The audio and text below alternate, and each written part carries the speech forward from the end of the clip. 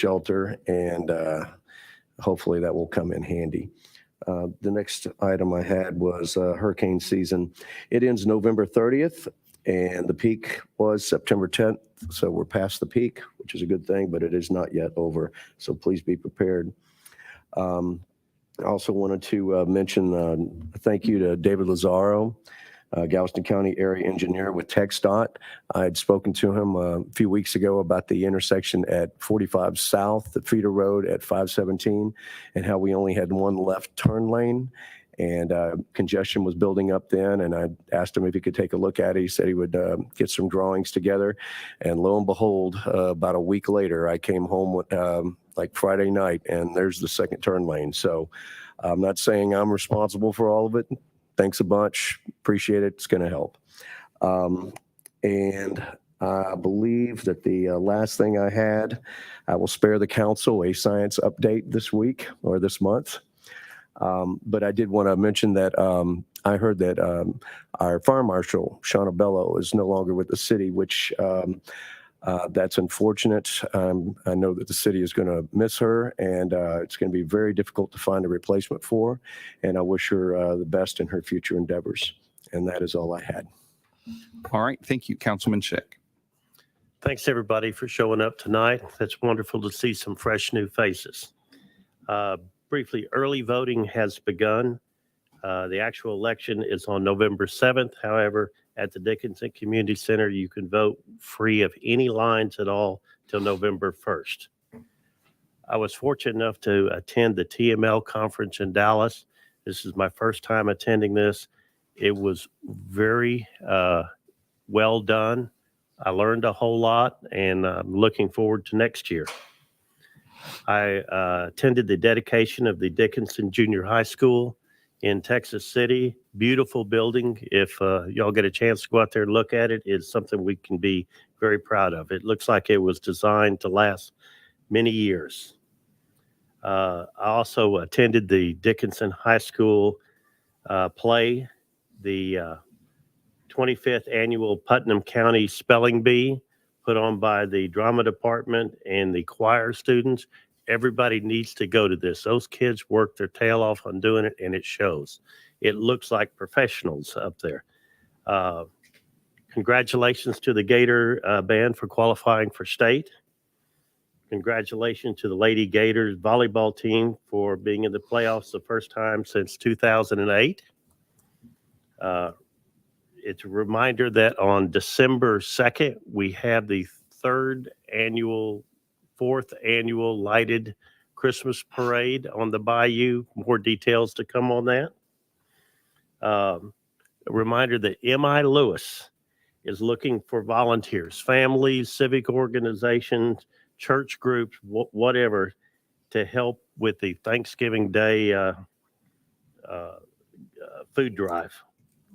I can give you a name of who to contact, but any help would be appreciated. Dickinson First United Methodist Church is having their pumpkin patch out there. If you have small kids, it seems very enjoyable to them to run around there and look at the pumpkins. Thank you very much. Thank you, Councilman Brantley. Good evening. Thanks for everybody in attendance. Thanks for everybody online. I don't have many announcements this evening. I want to echo Councilman Schick's with the Gator band. Congratulations to them. Congratulations to Gator girls volleyball team on their accomplishments. Staff recognition this week. I want to thank and recognize Todd Suckup and his staff with community development, the excellent job that they've done. I know that they have worked very hard, especially on their work streamlining the permit process and integrating the MyGov application. So Todd, thank you very much for everything you guys are doing. That's all I got. Right. Thank you, Councilman Townsend. Well, thank everybody for coming out tonight. And a reminder, the festival lights are putting everything up down there at Paul Hawkins Park. So if anybody's available to volunteer on Saturday and Sundays, I'd appreciate the help. Thank you. All right. And Councilwoman Simpson. Thank you, Mayor. Hello, and everyone. Thank you for coming. We really appreciate your input online and in person. This week is Red Ribbon Week. I'm wearing red because I'm ready to say no to drugs. It's also Fentanyl Awareness Month. There's a community presentation over the dangers of fentanyl at Santa Fe High School on Thursday at 6 p.m. presented by the Forever 15 Project. October is Domestic Violence Awareness Month. I attended the Bay Area Turning Point Gala recently representing the city and our support of this organization. Bay Area Turning Point is a community-based nonprofit agency that provides immediate crisis intervention and wraparound services to individuals impacted directly or indirectly by domestic violence and/or sexual assault. Visit bayareaturningpoint.org for more information. The Rotary Club of Dickinson annual Christmas parade is coming up on Thursday, December 7th. Register online today. Check out the Rotary Club of Dickinson Facebook page for more information. This year, the route will be different than it has in years past. We're taking it back to the beginning at a true cross, and the parade route will begin there and travel east to Highway 3, where it will conclude. We hope you can join us. Finally, just to echo my council members here, the DHS band qualified for state for the second year in a row and will perform in San Antonio on October 30th at 9 a.m. They are going to leave on Sunday, and there will be a public performance on Sunday at San Vitanza Stadium at 2:15 for anybody who would like to come and watch. And then that will be followed by a send-off if you want to come cheer them on as they head to state. Thank you. All right, thank you. And Councilman Simpson. Thank you, Mayor. Welcome to everybody, both in person and online. I'd like to start my council comments off first by offering condolences to the family of Oscar Mason, a longtime Dickinson resident, also was father of retired Captain Melvin Mason. His funeral was on October 16th, Monday, at Faith United Methodist Church here in Dickinson, Texas. Since the last meeting, I've had the opportunity to attend my second TML training. I went to a lot of classes that were extremely helpful on economic development, infrastructure, and also business development and retention. They had a lot of training for that as well. Also attended the Bay Area Turning Point Gala with Council Member Simpson and Mayor Skipworth as well. Got a chance to enjoy the Dickinson High School homecoming parade. At least the beginning of it. Had to get a Bible study towards the end. Can't miss that. Also had the opportunity to attend several HGAC meetings. The Water Resource Committee meeting was between the last council meeting. They are assessing which cities are not going forward at a decent pace with the funding that came from the last round of Harvey funding and looking to reassign it if that is not the case. But thanks to Theo and the rest of the staff here, I'm happy to report that we are not one of those cities as well, because we have that Moore's Addition project attached to that $16 million for drainage and in infrastructure improvement. The other thing going on with HGAC, we're also working on the fiscal year 24 budget. HGAC's fiscal year goes from January to December, and we have reactivated a committee that will likely go into negotiations looking at board composition. Houston has an initiative on the ballot to mandate any participation in regional governments like HGAC. They want representation to equal their population size.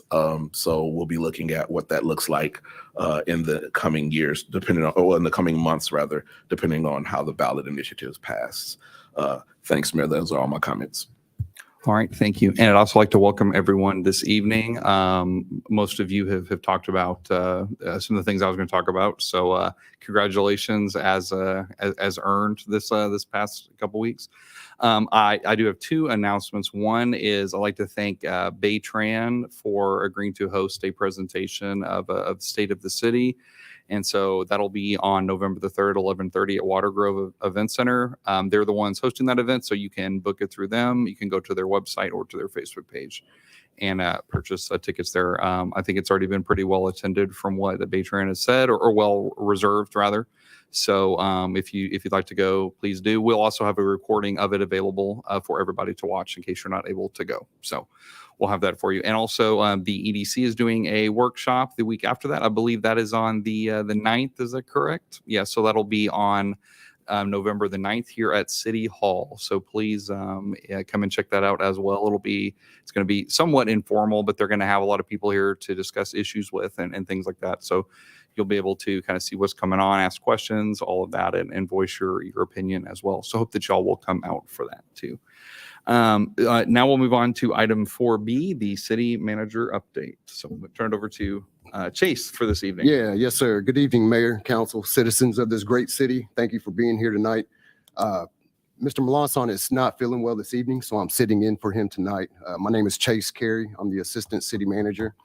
Our librarians, we were going to recognize them here tonight, but they are not here, so we will move that until next month. So I don't have a city manager update prepared, so Okay. we'll just move on. Yeah, I know he got ill fairly suddenly. So Yes, sir. we'll get all that here at our next meeting. Okay, we'll move on to item 5, public comments. Members of the public are invited to give comments at this time, lasting not longer than 3 minutes. Comments may be general in nature or may address a specific agenda item and should be directed at the entire council, not individual members of council or staff. Any speaker making personal attacks or using vulgar or profane language shall forfeit his or her remaining time and shall be seated. In compliance with the Texas Open Meetings Act, the city council may not deliberate. Now, we have several people signed up, I believe, on an agenda item. The one, is it Ms. Utley? Yours is blank. Did you want to talk about that agenda item, though? Okay, then we'll wait till that item. So in that case, we only have one comment signed up for the general comments tonight. Tammy Steenbarge.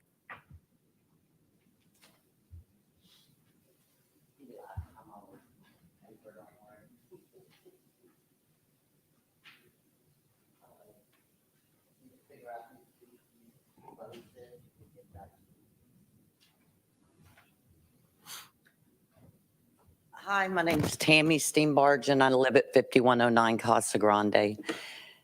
And this will be my last time because this is just ridiculous. One of the last times I was here, the mayor said, and after I had left, that someone that had left had put their hands on someone in this chamber on a city staff, which is utterly ridiculous. And I'm more speaking to the 1,200 people that were at home that actually believed that lie, because it never happened.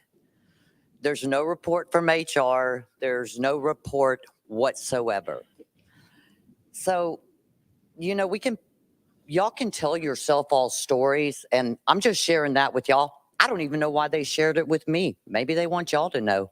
I'm not doing their dirty work. If they want to tell their story, they can. We have a lot of cleaning up here in Dickinson to do, and we all have a part in it. But, organizations have been affected. I mean, whether we like it or not, all of them, So y'all don't have to worry. I will not be gracing you anymore. I am not going to come in here and have ridiculous things like that said. Y'all want to still keep playing this strong mayor because no one's figured out that he's just a vote like anybody else, because y'all are looking like a weak council behind it. I mean, y'all really need to start standing up and start. I mean, I don't know about y'all, but I think all y'all would take some offense to that, to even believe that. I mean, at this point, we've gotten kind of ridiculous. So you don't have to worry. I will not be gracing y'all's presence anymore, and y'all have a great night. I haven't shared that with people because you know why? That should be an internal housekeeping. All right, we'll move on to item 6, the consent agenda.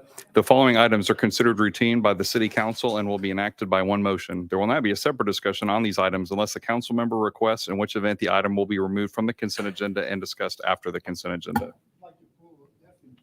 Okay, E and F. So you want to pull E and F. Okay. All right. Is there a motion to approve the consent agenda except for E and F? Move to approve.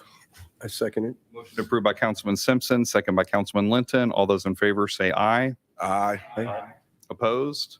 Motion carries. All right, we'll move on to item 6E. Consideration and possible action on approving a resolution of the City Council of the City of Dickinson, Texas, authorizing the city manager or designee to execute an agreement with Flock Group, Inc. for safety infrastructure and maintenance for the City of Dickinson Police Department. Move to approve. Is the motion approved by Councilman Simpson? Is there a second? I second it. There's a second by Councilman Linton. Discussion. Oh, turn on your mic. Spoke to the city administrator about this Monday morning, but I want to verify, and he wasn't here. This was like a 5-year contract? It will be now, It'll be now. correct. New contract? It will be. I can give you some background if you're wanting it. Well, now my understanding was that this was a carryover and all we were doing was going from 18 to 12. And I wanted to know how much longer it lasted. So my understanding is it was maybe a 5-year contract and we're into it for 2 or 3. It only got a couple more. We're just eliminating the amount of cameras. No, sir, that's not it. I can give you the background if you want it. I can be real brief. No, what I was worried about was there was language in the contract that Galveston did. And their city attorney didn't like it.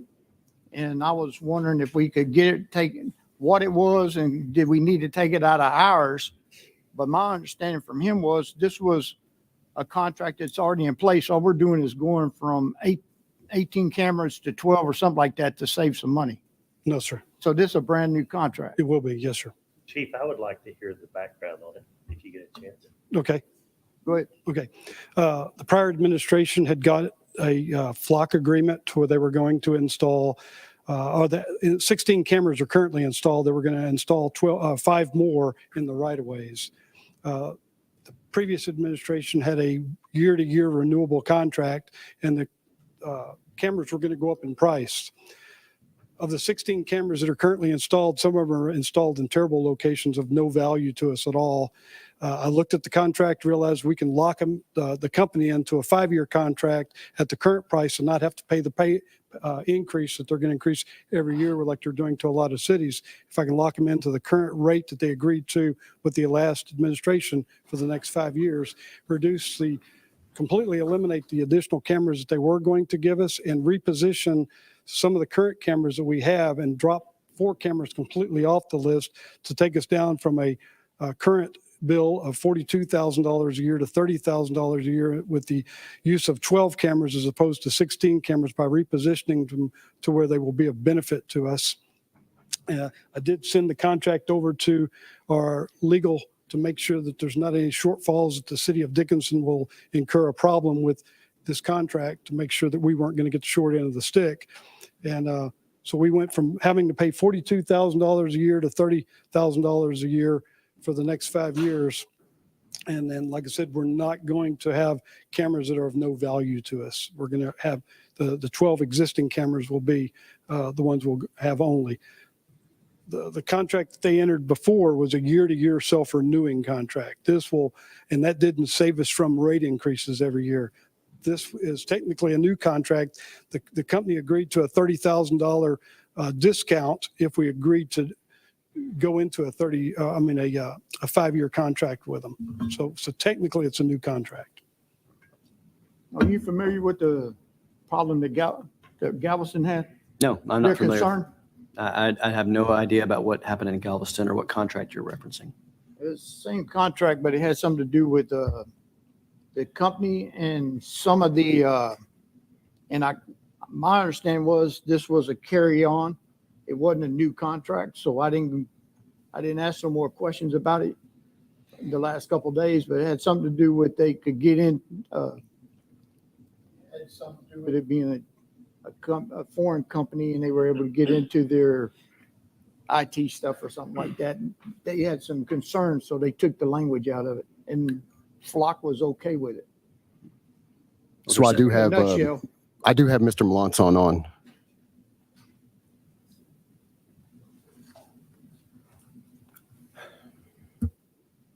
Oh, never mind. Went away. Language that Galveston was concerned about So- mostly. Yeah, so Councilman Townsend, if you have language that you see in this particular contract that is of issue to you, then feel free to send it to me and to the chief and we'll work it into the agreement. But from what I reviewed, there was nothing at issue there. So that, what you have, again, is what everything the chief has presented to you that, it's a standard contract for use of cameras and the maintenance on those cameras. That's what we It got. had something to do with their city attorney didn't like some paragraph in it. And like I say, evidently I misunderstood. My understanding was this was an extension and not a brand new contract, or I'd have kept looking. All right. Chief, for the people that may not be familiar with what the Flock system does for us, can you give us a brief overview? Yeah, Flock System's a license plate reader camera that by contractual agreement only stays in the system for 30 days and drops off, never to be recovered. The data is not to be recovered again unless there's a need for us to download the data. What this system is excellent for is identifying when stolen vehicles are rolling through our city or any other felonious vehicles involved in felony or any other type crime. Where I came from before, the camera system was used for a sundry of things, including locating missing and abducted people, because you'd have a car, you can enter it into the Flock system, and it's not just locally, it goes to everybody that has a Flock system, including the neighborhoods around here that have Flock systems. And some of the neighborhoods in our adjacent cities, instead of the city being in agreement or having a contractual agreement with Flock, the HOA themselves have the Flock cameras installed, which that also is part of the network that you have access to. So it's an excellent tool to determine the movement of vehicles that are felony vehicles or vehicles that are of interest for law enforcement investigations. So I do have Mr. Melanson on the line now. Hello, can you hear me? Yes, sir. Okay, thank you. I wanted to say is that we are currently under contract with Flock. I want to make that very clear. We have a year-to-year agreement with them. Now, I was misunderstanding a little bit. I thought that we had a multi-year deal that it was running out. So I appreciate the clarification, Chief. Our big issue we run into is that we had ARPA funding help fund this. ARPA funding cannot be used for these type of recurring expenditures. We worked with the prior administration to get the contract done and to place cameras, but now since Chief Barrison's been here, feels right now that doing reducing the number of cameras, also putting them in some very strategic locations will allow us to save money. I thought we were under a multi-year contract, but that's on me for missing that one. But moving it from year to year saves us from having the year-to-year bump in price as well. So we're locking in a lower rate that can fit in the budget. We're going to work through that and also have a 5-year stable budgeted number for this agreement. So thank you. I just wanted to clarify that.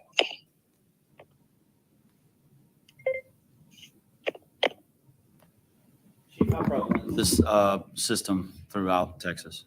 How prevalent is it? I really don't know of any municipalities of size that don't have it. I know there have been some challenges to the system from a search standpoint, obviously a Fourth Amendment standpoint, right? What is your knowledge of that, and what sort of policies or protections do you have in the department to prevent any unauthorized use of data that's collected? Well, the Fourth Amendment argument that's been brought up is actually doesn't have standing, because in a public place, you don't have an expectation of privacy. So what it's capturing is images that are in a public place. So I know people have brought that up, but I don't think it'll have standing if it ever does make it to trial. I think our attorney could probably speak to that much better than I can. But all of our data that we collect is, if we don't guard it well, and if we don't have our CJIS compliance in place, which we've diligently worked on that for the last 2 months or so to make sure everyone is CJIS compliant, to make sure that no data gets released, including any Flock data. So any Flock data that we download from the system goes into our criminal justice information system lockdown files that we have now. And we've really tightened that up. That's one of the reasons that our citizen volunteer program is on hold until we get our CJIS compliance up. Mayor, I would also argue any problem with the Flock camera would be a problem you would have with regular patrolling police officers. If a patrolman is on the street, they're usually punching lights, at least on the ride-alongs I've been on. While they're going up and down the street, they're running tags at stoplights and people that cross on a regular basis. And that's essentially what the Flock camera is doing. The system is doing. It's looking at your tags and seeing if it's an item of interest. So I had something to add. When I was at TML, I talked to a couple of some people from local municipalities, but actually from all over the state. I then spoke with some representatives. I went to the company's website, did my own research. I really like the system as far as the Fourth Amendment and privacy issues. Those were also discussed then. Obviously, I'm not a lawyer, but what they were saying is that they're very weak because this camera system is designed to only capture the text of the license plate. It does not look above into the window, potentially capturing images of facial recognition. That seemed to be one of the biggest concerns of most of the arguments that I heard up there. But it does not look at faces. It only looks at license plates.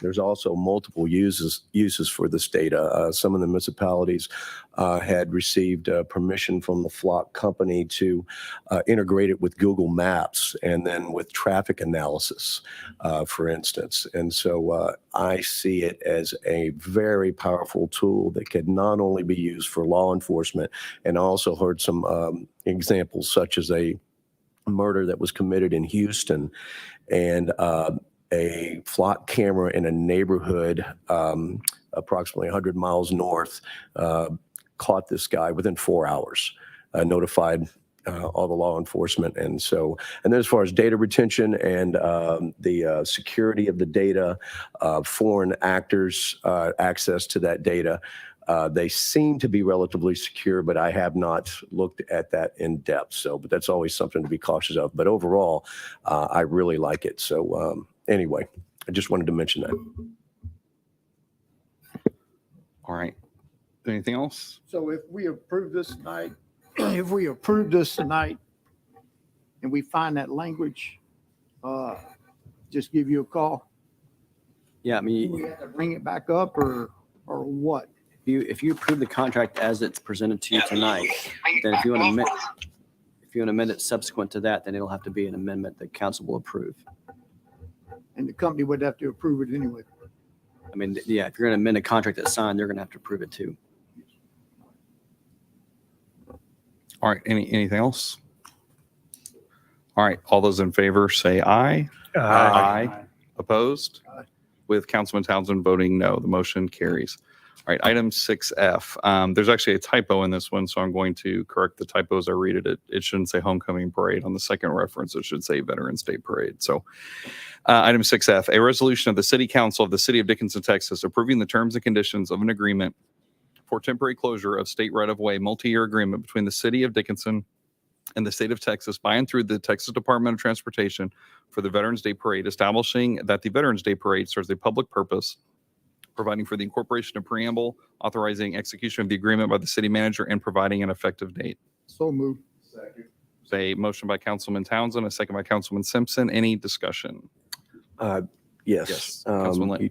You stole my thunder on the grammatical error, but there seems to be two. Page 1 of 8 of the agreement lists County of Travis and not Galveston County. So does that also need to be corrected? Does it have a severability clause? The agreement's with the state, so it's going to be in Travis County. Okay.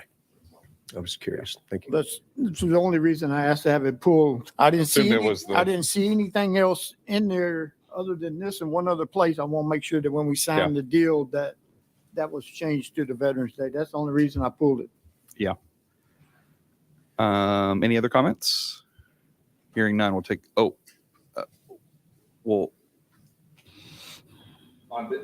didn't have you signed up for this item, but did you just have a general comment? Okay, let us do this one and then we can call you. Just a second. All right, all those in favor say aye. Aye. Opposed? Motion carries. Okay, and so you had signed up to speak as well, or? No, next to you. Yeah, come on up, sir. If you could just give your name and your address. My name is Charles Williams, 2701 Avenue L in Dixon. Look here, I had some problems with the general land office and Veronica on the housing. So I told Mr. Shea my problem, and he told me he'll help me. So I gave him them addresses. And they had been messing me around for about 4 years. And then he got hold of him in 4 days. They started calling me. And then the contract come out there. And they started on my house. And then on my other property, I had tore the house down. And Jeff, y'all know Jeff. Well, he did. I tore the house down in my garage. He sent me 2 certified letters for $5,000. I come down here that Monday morning. I said, man, what's the problem? I said, you know, I tore down the house. I told you. He said, well, you don't have to pay all one time. You pay $50 or $75. I said, look here, man, I still don't have no money to give you. And I said, what about my house? He started doing his hand like a little kid. Well, I really don't know nothing about that, Mr. Williams. I said, well, you got the job and don't know nothing about my house going over 4 years, man. You ain't did nothing. So Mr. Greg, he took care of me. And the March, he had put a lien on my property for $5,000. I told Mr. Jeff about it. And he said, well, I'll take care of that for you. And about a week and a half, he be funding my $1,900 something back. I'll get it $24.40. He be funding all my money back. I thank him. I appreciate you for that, man. Mhm. All right. Thank you. y'all. All right, well, thank you very much, sir. Well, one thing we made on that last motion, did we approve? Yes. If we may give them a little hit, advertisement, there's not many people that make these parades. I thought I hit it. There's not many people that make these parades for the veterans. So the Saturday morning when they have it, they appreciate a few Yeah. more people coming out. It's good for the veterans. For sure. Absolutely. I've been in, I've done that one before, and it is always pretty poorly attended. So it'd be good to see a better turnout for that one. Okay, we'll move on to item 7A, conducted public hearing concerning a request for the abandonment of Avenue L right of way. We don't have the normal stuff here on the public hearing, but we will convene this public hearing at 6:35 p.m.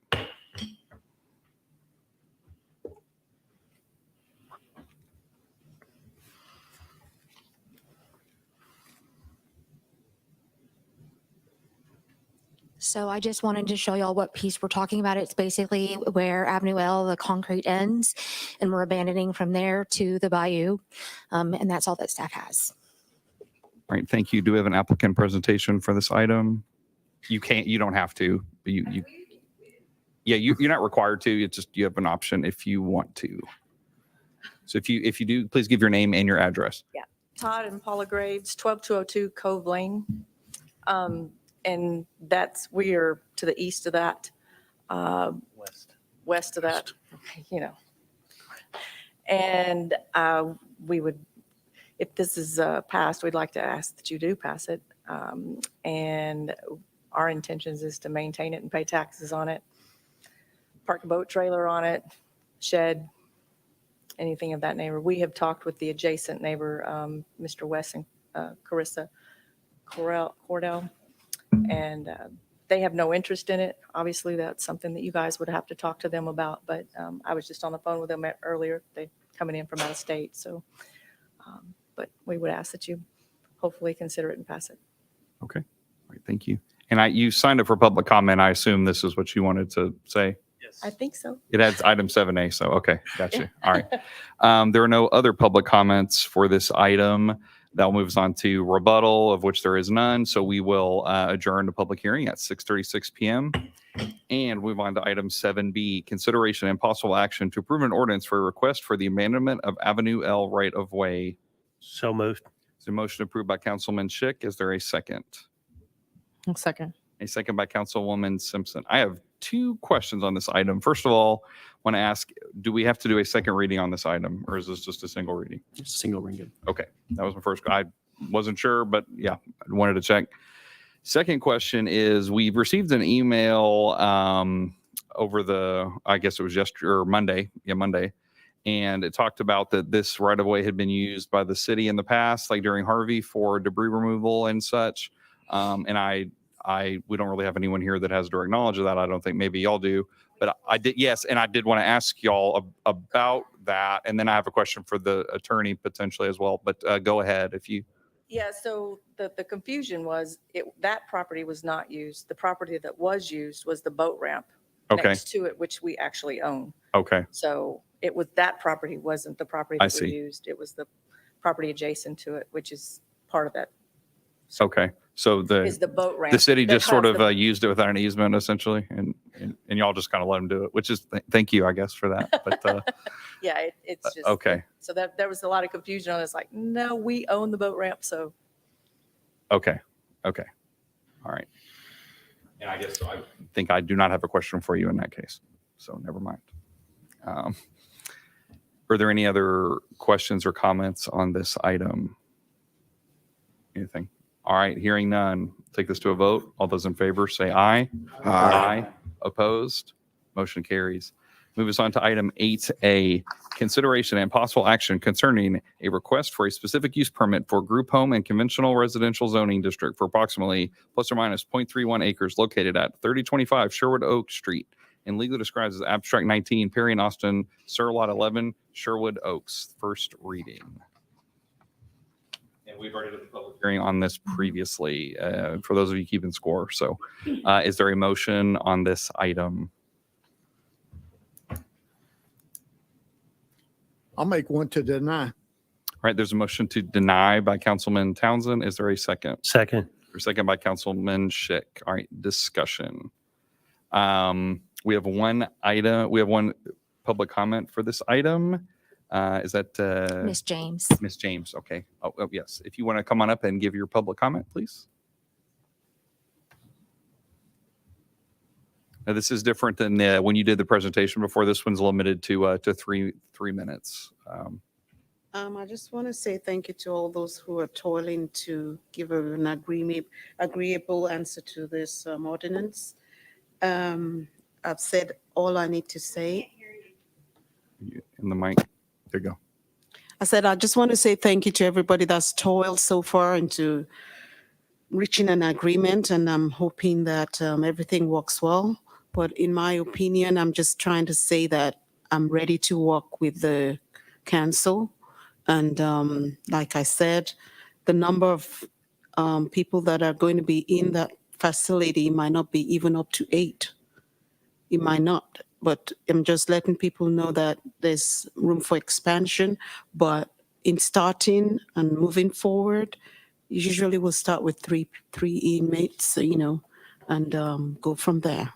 But I do not intend to go past any decisions or agreements that are being made by the council. Thank you. All right. Thank you. All right. Any questions or comments? I'll have some, Mayor. Yes. I had a question maybe for Chase and for Justin on this one. So it's my understanding that if we were to deny this, we would be in violation of the Fair Housing Act. And in doing so, that we would in turn be denied for requests for funding in the future, maybe for grant funding. I would like for maybe this to be touched on if this is true. I want to make sure that this is, if we're going to try and vote to deny it, and then that would make us in violation of other things, which we all know that we need funding for very many things in this city. And so while I don't know that I personally agree with the group home in that area, that's my parents' neighborhood, and I know that how they feel about it as well. They probably would have spoken up with many of you. The greater issue here is if it's going to deny or curb some kind of funding that the entire city needs, that it might be a need that we need to look at, something we need to look at. So the first answer to the question is in violation of the Fair Housing Act. That's going to be a court to determine that. So if we're sued on that issue, it might be.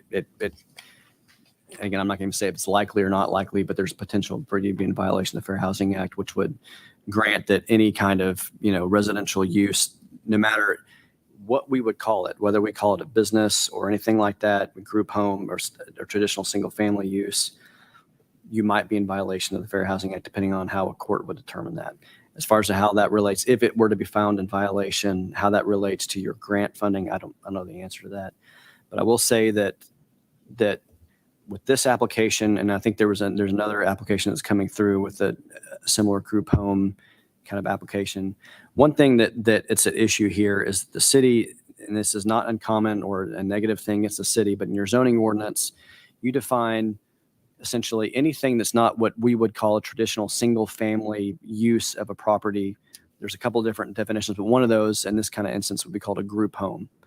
And that's just, I think, for convenience in our zoning ordinance, we define it that way. But that covers probably, as far as we know now, working with another applicant, probably about 10 to 12 different definitions from the state. There's different licenses that would fall under what we call a group home, but what the state would call something else.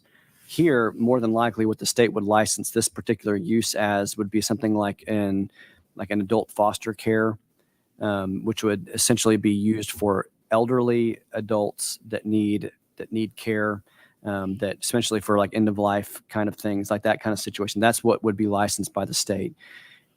Your staff, Yvonne, has been working closely with Ms. James about working out the details of that. So the applicant, why I'm saying that is the applicant comes in, there's no option for the applicant other than to apply for a group home. And that can conjure up, again, without any definition, that can conjure up a lot of issues of what's actually going to be happening to the property. As far as state licensing, it's extremely limited what that can be. The conditions that staff has put on this particular application is to limit it to elderly care, which is going to be one type of license from the state. So in the state license, it's not going to be a group home. It's going to be for elderly care for the specific type that Ms. James is requesting. So, but again, that's a longer answer to your question. The first one is if you deny it, it might be in violation of the Fair Housing Act, depending on how a court would take that case if it was presented. Second is that I don't know how that affects grant funding. If it's you have to show yourself in conformance with fair housing to get grant funding, that might be an issue. I'd also like to make one actual correction. This one is actually one of the conditions I have was not for elderly care. So if granted, I would recommend adding that condition. Justin, as to your answer, I appreciate the lawyerly answer because you could always win in court regardless. However, I do want to ask, for the record, so everyone's aware that in fairly recent history, the city attempted to deny a group home permit.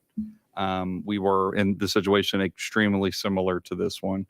We were unsuccessful in court. The judge, I believe, summarily ruled against us. Is that correct? So in that case, yeah, it was a similar thing where that was an actual group home from what I understand the use and that. So it's a little different situation. But again, as applied, the Fair Housing Act is going to say, and this is the thing that's going to say, it's going to sound crazy, but this is how the Fair Housing Act is applied. We would look at something like this and we'd call it a business, we'd call it a medical enterprise, something like that. We'd say that's not the same thing as your neighbor. Your neighbor is a family, 2 adults, 4 kids or whatever, maybe some grandparents living there. And this is something different. Fair Housing Act's not going to say it that way. The Fair Housing Act's going to say that when that structure, that's what we call a single family, you as a city don't get to define what a family is. So in this case, you may look at that and say it's completely different. But the fact that we got, 3 or 6 or 8 elderly adults getting cared for by on-site staff, that's a family.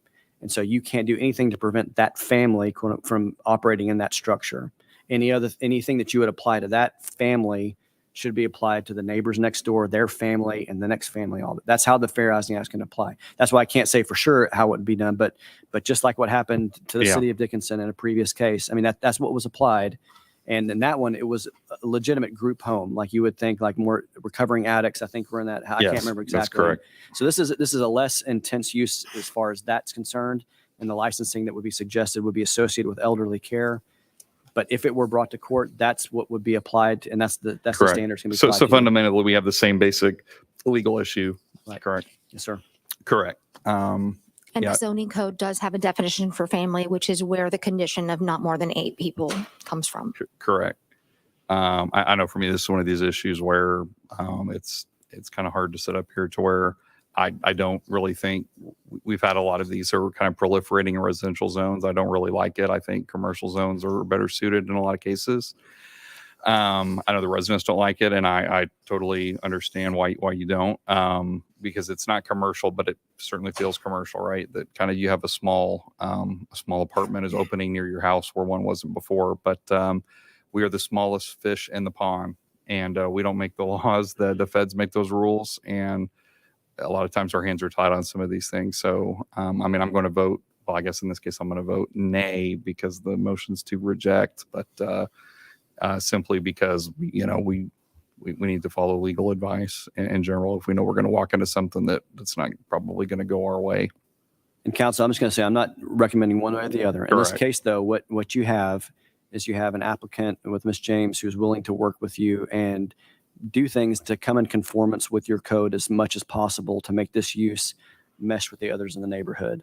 And she could very well, I mean, if it's not even her, if you had, a lot of times what you'll see is like regional groups that will sponsor these traditional group homes, recovering addicts, that kind of thing, or national firms that will do that. In those cases, and again, I may be shutting them down, but in my experience with those, they're not willing to work with you in any way. Ms. James, however, is willing to work with you because she wants her use to meld with the neighborhood. And so, so again, with that, you can take it as you want. I would say that the conditions that staff has used and suggested have been discussed with Ms. James and have been worked on.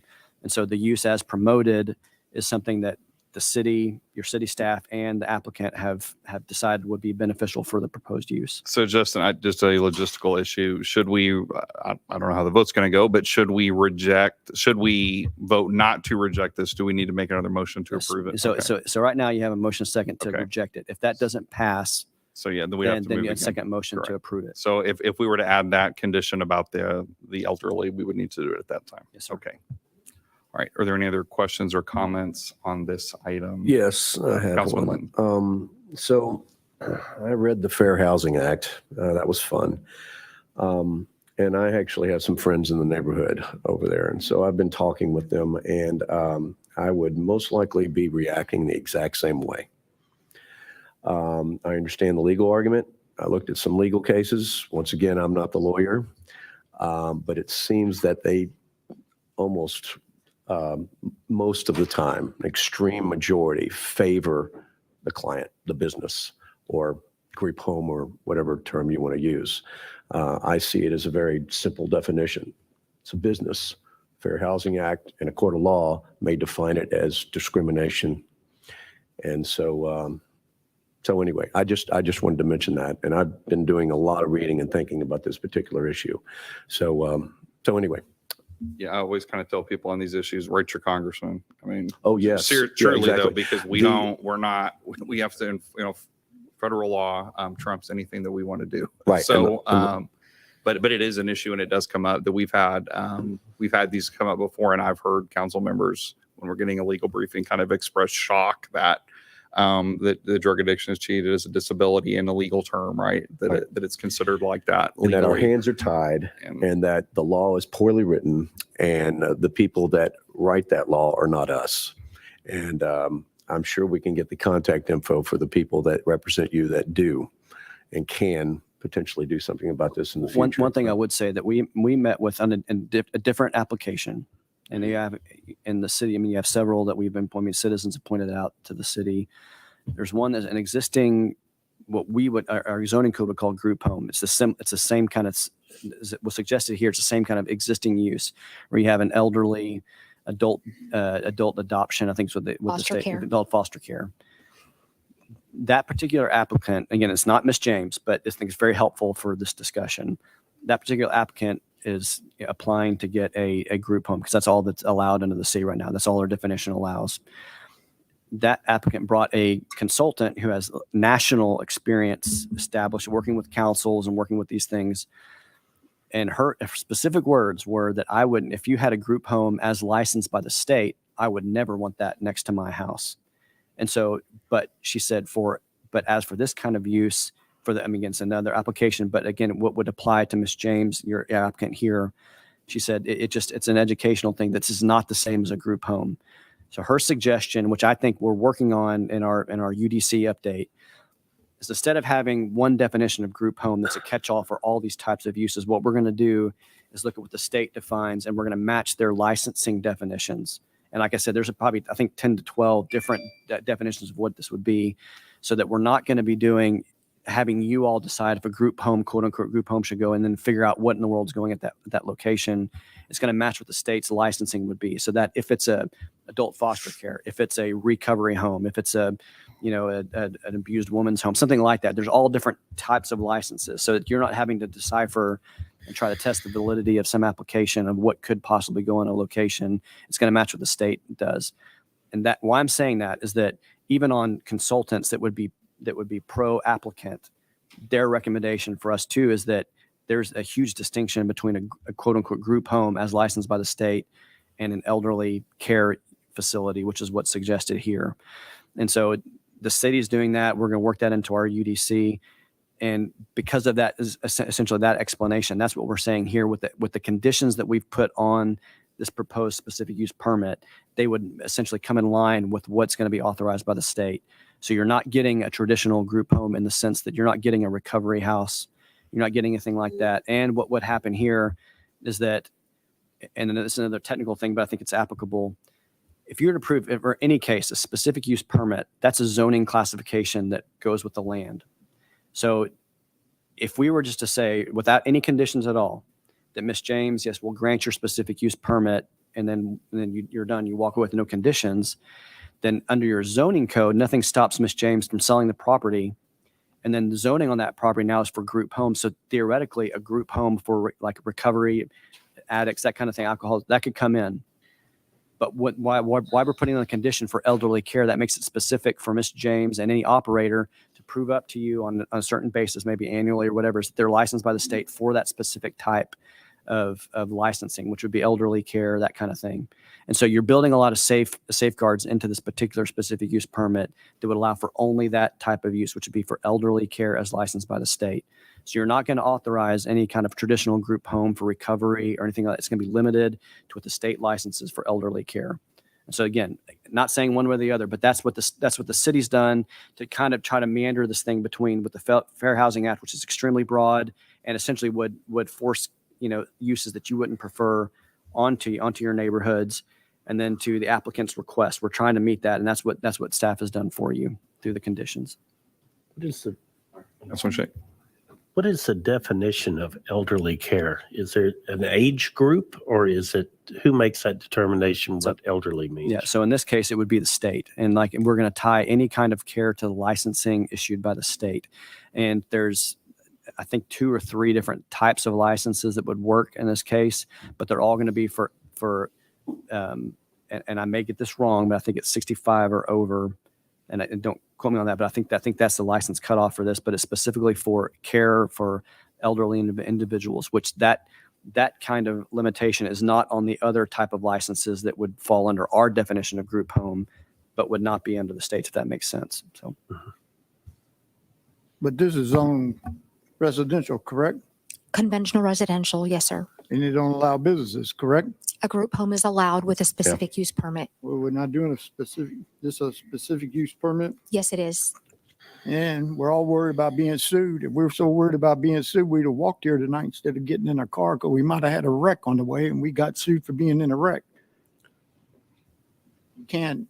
You're supposed to vote for what you think is best for the neighborhood and the city, and not what might happen if you get called to a court of law.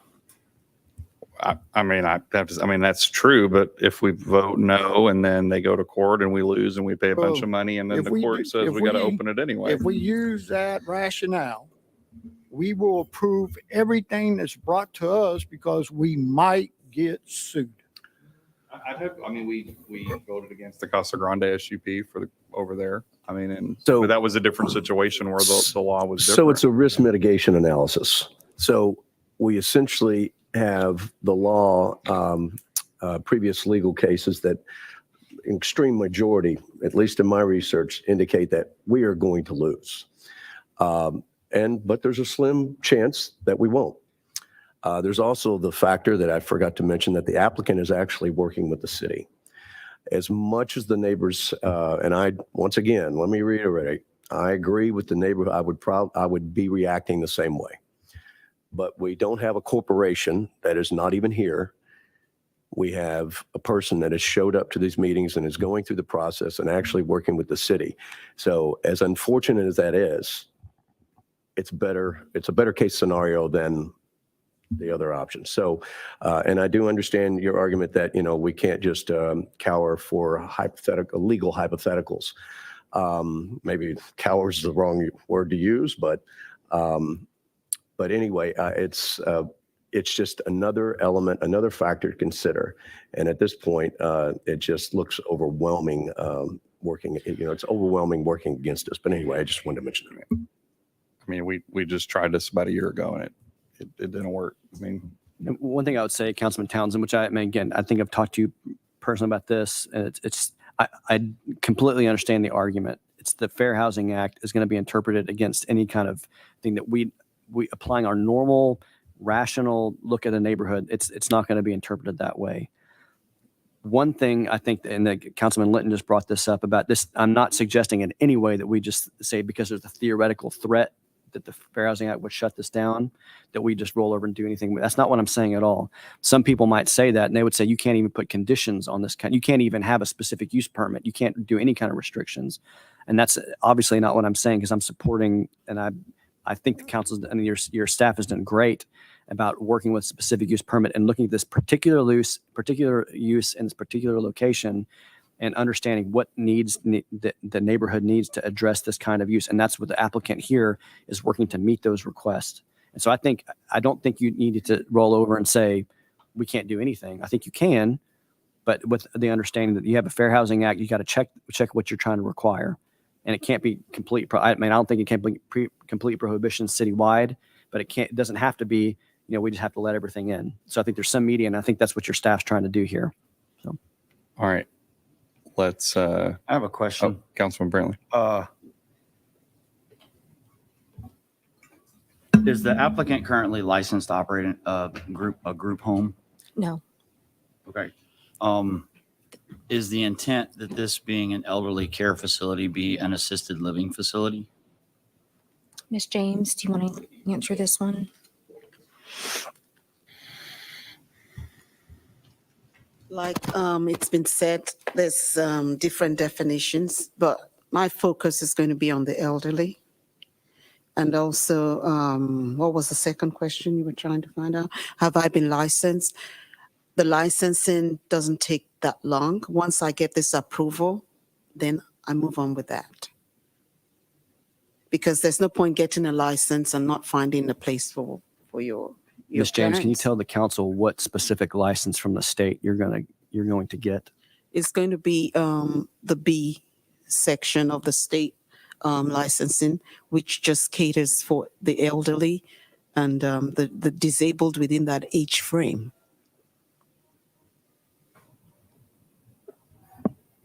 Did you have anything else? Yeah, Justin, I was just curious because I was kind of looking through Can I turn off the the alarm? health and safety code and the 24 different variations of group homes that exist. It does say that a governing body can prohibit a person who does not hold a license issued under this chapter from establishing or operating an assisted living facility within a municipality. Definitely, you wouldn't start this kind of thing without licensing. And that's why the condition. You within know, you have to, because they have to audit you from time to time to make sure you're doing what you said you would do with the elderly. and Or that's else why. that will be abuse. They're constantly auditing to make sure you follow all the guidelines. Justin. Yeah, and that's why the condition would be that if it's Miss James, that she would be licensed specifically for elderly care. And again, there's several different ways she can do that, but that she would have that specific license and she would prove up to city staff annually that she's maintains that license. And that's why, and this may be a cumbersome explanation, but I think just to reiterate, if you were to issue a straight specific use permit, that thing runs with the land and is wide open.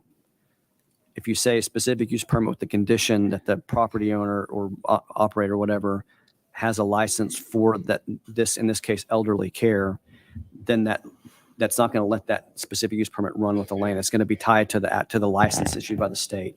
So that's why that's why it's a key condition to have that issued here, is that you're not going to say this is a property that can be group home no matter what, and we're going to walk away. It's saying no, that you can use this property, specific use permit for residential, quote unquote residential, as the Fair Housing Act would determine that, but it's got to be for elderly care as licensed by the state and as proved up to city staff, annually or whatever we do. And I think it's an annual accounting. So again, it's just an annual update to the city staff that she's going to say that I'm still licensed, I'm still good to go. Yeah, I was really wondering what the heck that was. I'm glad somebody found So it. I guess my question is, and maybe it's Sorry a, about maybe that. it's a chicken and egg thing, right? But if we were to deny the SUP, under the statement that the applicant is not licensed to operate the facility, once you become licensed, then you can reapply for the SUP. What is the issue there? The state will not license without, Sorry, not to interrupt, but I was asking the Oh, city okay. attorney. Well, I'm saying the same. Like she This- can't get her this- specific use permit until she's licensed. Like she can't get her license until her specific use permit's they have to issued. inspect a building. They have to make sure the building is good before they give me a license. They're going to ask the question on her application of where you're going to operate the thing, and she can't do that until specific use permit's The issued. building is. And so that you're right, it's a chicken and egg kind of thing. And yes, we could deny that. However, what I'm saying is that I think you can meet both of those by building in the condition. Again, it's going to lead to the approval of specific use permit first, assuming the conditions there about the licensing. So again, theoretical, not suggesting you do this, but if you were to approve specific use permit with the condition that the license is granted, then that will be up to Ms. James in this case to prove up to city staff annually or whenever she gets the license that she still has it. If that's ever taken away, then that use is not permitted on that property. And so then that specific use permit goes away. And so it's up to Ms. James to maintain that license, and that according to all the state requirements. Mr. Melanson, would you like to speak? Yeah, I was wanting to jump in if you don't mind. Just real quick, I wanted to say that the peril that we are kind of on a precipice of a major disaster. I'm just going to be very frank about it because I've been here 1 year ago, and what's going to happen is that if we deny this SUP, there's going to be a court that's going to issue a writ of mandamus forcing us by court order to give this operator an SUP so she can get her license. And then we run the risk of zero conditions being enforceable because the court in the last case really didn't, in the last case, basically said they don't need to apply for any of these conditions. That is what the judge said. Now, the operator still did a couple of things for parking, but we are running a risk of denying this SUP. And then when the court comes in, they are not going to view us favorably in any way, shape, or form. It's going to cost us $20,000, $30,000, and we're going to lose the conditions. And that is going to happen. I guess, Theo, in that situation, I would say that in that previous situation, we had a licensed provider who was operating group homes already that applied to operate a group home in Dickinson. In this situation, this is what I'm asking you, Justin, right? If we, and we're talking about the litigation side of it, right? And should we be presented with a lawsuit and we say, okay, well, we denied the SUP because there wasn't a licensed provider, right?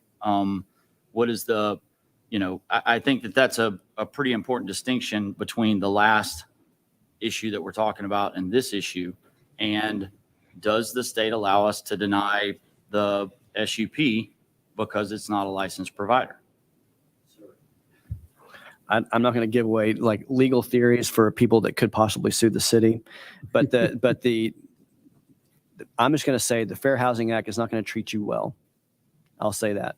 And I think that what you've been presented from staff, I think is a good median to go between the Fair Housing Act and simply rolling over and letting these things overtake the city. I think that the next step that you're doing, looking long-term as a city, is building up your UDC to allow for the multiple different, there's how many ever licenses are granted by the city for this. What we would have one definition. I think that's the main problem, is that we need to come in and beef up our ordinance so that we have all different types of these types of uses in there so we can tie each specific use permit to what would be licensed by the state.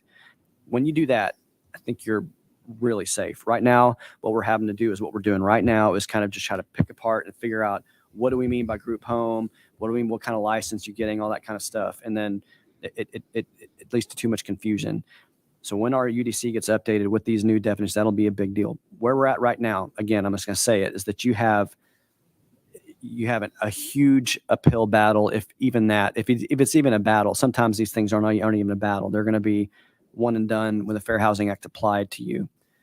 I will say this, that some cases have even turned on the fact that there's any any city that even has any regulation built into their code that would go against a proposed group home is deemed unconstitutional, not in line with the Fair Housing Act. So the fact that you even have some can be questioned. So again, what I'm saying is that you have a specific use permit process that can be questioned. Specific use permit process with conditions, heavily questioned. Specific use permit that's denied, extremely questioned. So now that you have one that has conditions on it with an applicant that's willing to accommodate and wants to work with the neighborhood and has addressed certain things that have been raised about, especially in this case, traffic in the neighborhood, noise, property maintenance, getting the thing in conformance with, the sprinkling requirement from fire code to getting ADA, compliance. All that's been addressed with the applicant and has been understood that properties have to be made, in conformance with all those. Then, for that, I would say that you're again, you're not rolling over to the Fair Housing Act, but you're also not saying, no, we defy that. You're trying to run the median, and that's what you're doing. Staff has done that with what's presented to you. I just wanted to say something if you have time. Well, I'm going to go ahead. When you're applying for the Texas state license, they're going to ask you what's the address of your property, first of all.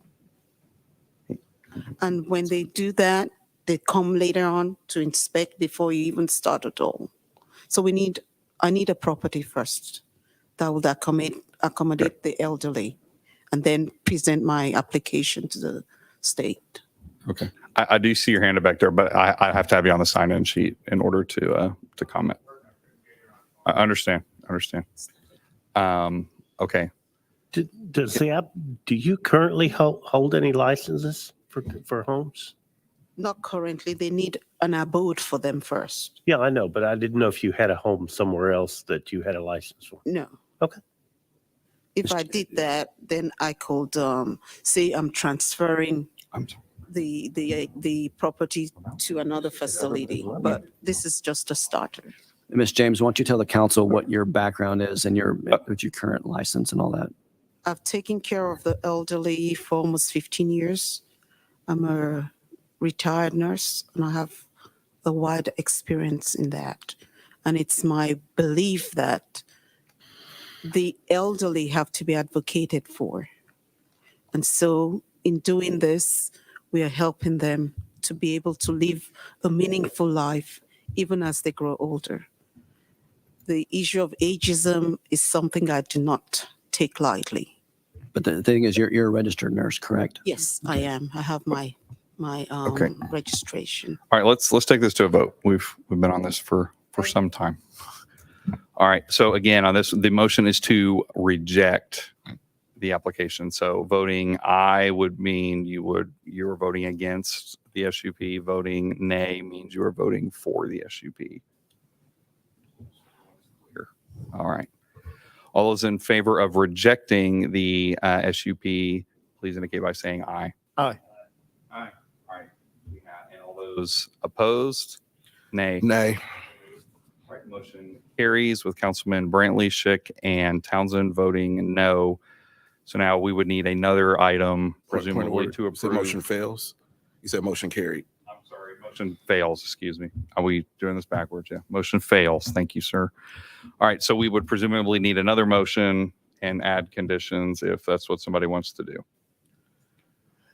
Move to approve with the staff conditions as listed. And did you want to add one? Because remember, she To limit talked to about elderly care. the elderly care was not on Oh, those. yes, at the elderly care. And one other thing before you even get a second on that, just remember this is the first reading of the Correct. ordinance. If there's something else that comes up, and this is from staff, Ms. James, if you all as a council mayor, anything at all that you think of between now and then, we can work with that with the applicant between this and second reading, assuming this gets passed. Okay. All right. Is there a second? I'll second that. All right. And a second by Councilwoman Simpson. Any further discussion? I would think probably not. All right. So in this case, voting aye is to pass the SUP. Voting nay is against the SUP, as we normally do. All right. All those in favor say aye. Aye. Opposed? Aye. Hey, No. Motion carries with Councilman Schick, Brantley, and Townsend voting no. So we'll move on. And that's the first reading. We'll move on to item 9A, consideration and possible action on approval of terms of office for Dickinson Economic Development Corporation positions. Motion approved by Councilman Brantley. Is there a second? That Mayor. Second by Councilwoman Simpson. Any discussion? Hearing none, we'll take this to a vote. All those in favor say aye. Aye. Opposed? With Councilman Townsend voting no, the motion carries. Item 9B, consideration and possible action concerning a request for a subdivision variance from Appendix A subdivision, Section 8, Standards and Specifications, Subsection J, Lots, Subsection 3, Frontage Requirement of the City of Dickinson Code of Ordinances, with such variance allowing a lot to substitute frontage on a recorded access easement / private street for the required frontage on a public street for a proposed subdivision of approximately plus or minus 0.622 acres, generally located west of Lighthouse Lane and north of Derrick Street, and legally described as Abstract 208, W.K. Wilson, sir, part of Lot 4, 4-3, Block 14, BD sub. A motion to approve. I'd like to make a motion to deny. All right, there's a motion to deny by Councilman Schick. Is there a second? A second by Councilman Townsend. Discussion. Maybe Yvonne, if you want to. So y'all did the public hearing on this one, not the last meeting, but the one before that. The property owner was able to attend this meeting, and so he's here if you have questions for him. I believe he also signed up to speak. But this is basically, he owns about 0.6 acres, and he's looking at building a small house on the property. Yes, we have two people sign up to speak on this one, so let's get to that. First is Michael Bailey.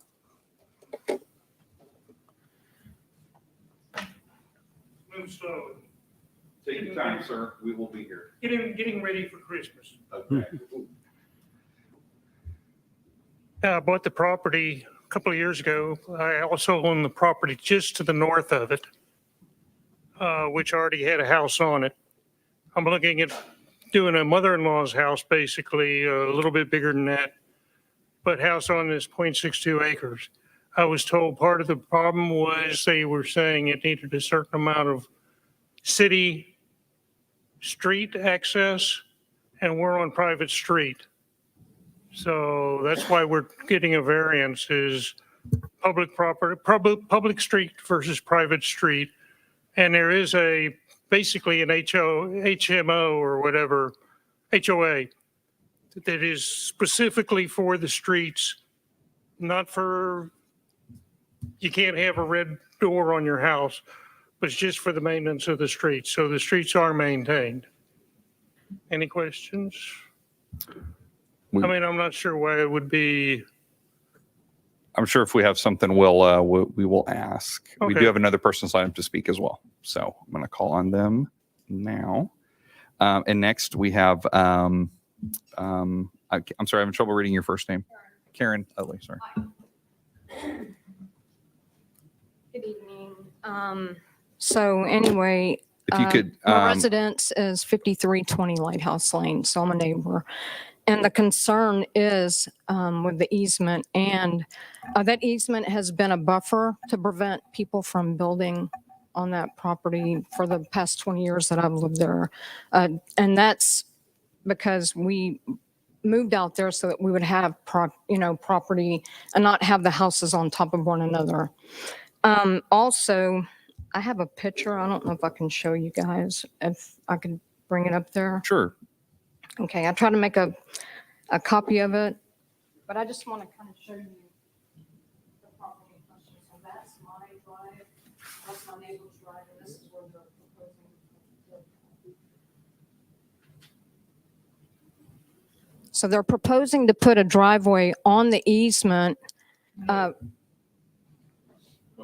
it's our time to speak. So you go Okay. ahead. All right, so we were told that they proposed to put the driveway on the easement, which butts up to my neighbor's property, right up next to her fence. And if they do that, it's not only going to affect, it's going to reduce the value of their property, and it's going to negatively impact the access to our property and to my neighbor's property, as you can see in the picture. Also, there is a road maintenance association that was mentioned. And in that, in the bylaws, it states that you must build on 1 acre of property.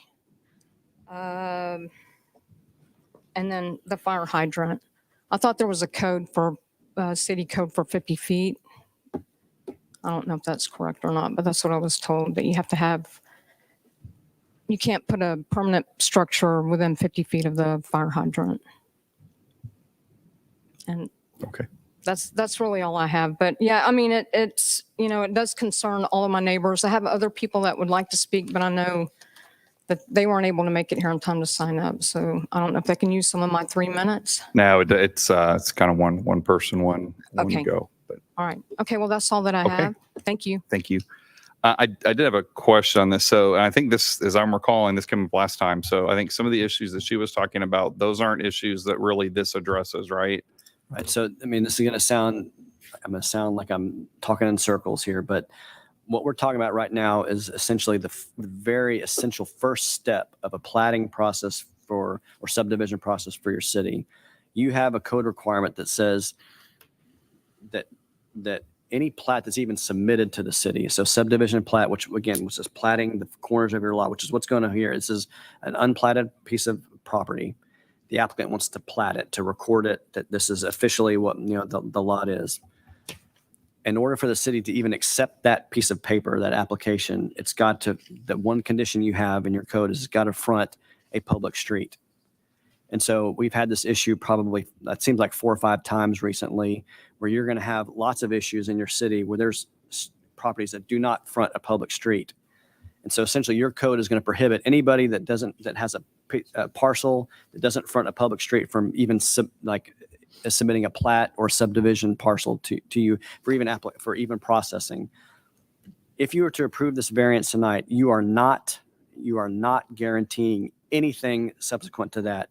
Any building requirement, any, you know, like that, I think the driveway was mentioned. All of that is subsequent to this issue. All that you're approving tonight, if you were to approve the variance, would be that you recognize that this is a private street, a private access, but that's going to count for your requirement to have a public road, you know, access on Right. to accept So, the file. so this vote doesn't say that you can be right next to a fire hydrant. It doesn't say that you can be on somebody's fence line, anything Yes, like that. so what would happen procedurally, if you were to approve this variance, then that would allow the applicant to even submit the plat application. Then the plat application would go through the regular approval process, and all of the codes, all of the requirements would be applied to that.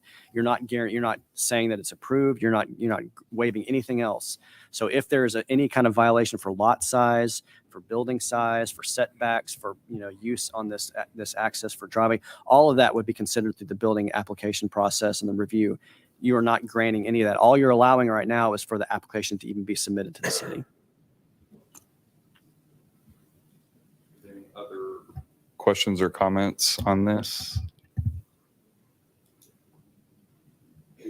All right.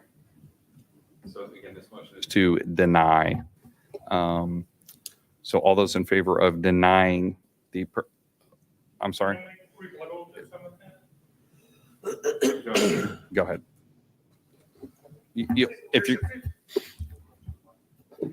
There's a 50-foot building easement across the front, so there's no way that the fire hydrant, which is at the very front edge of the street, that it would be subject to the fire hydrant issue. I've got plans out in my truck that show that I'm looking at a driveway coming straight out onto the lighthouse.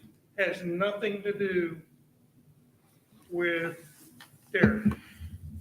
Not planning to use it for anything. Mow the grass on it is the only thing that's been happening so far. Okay.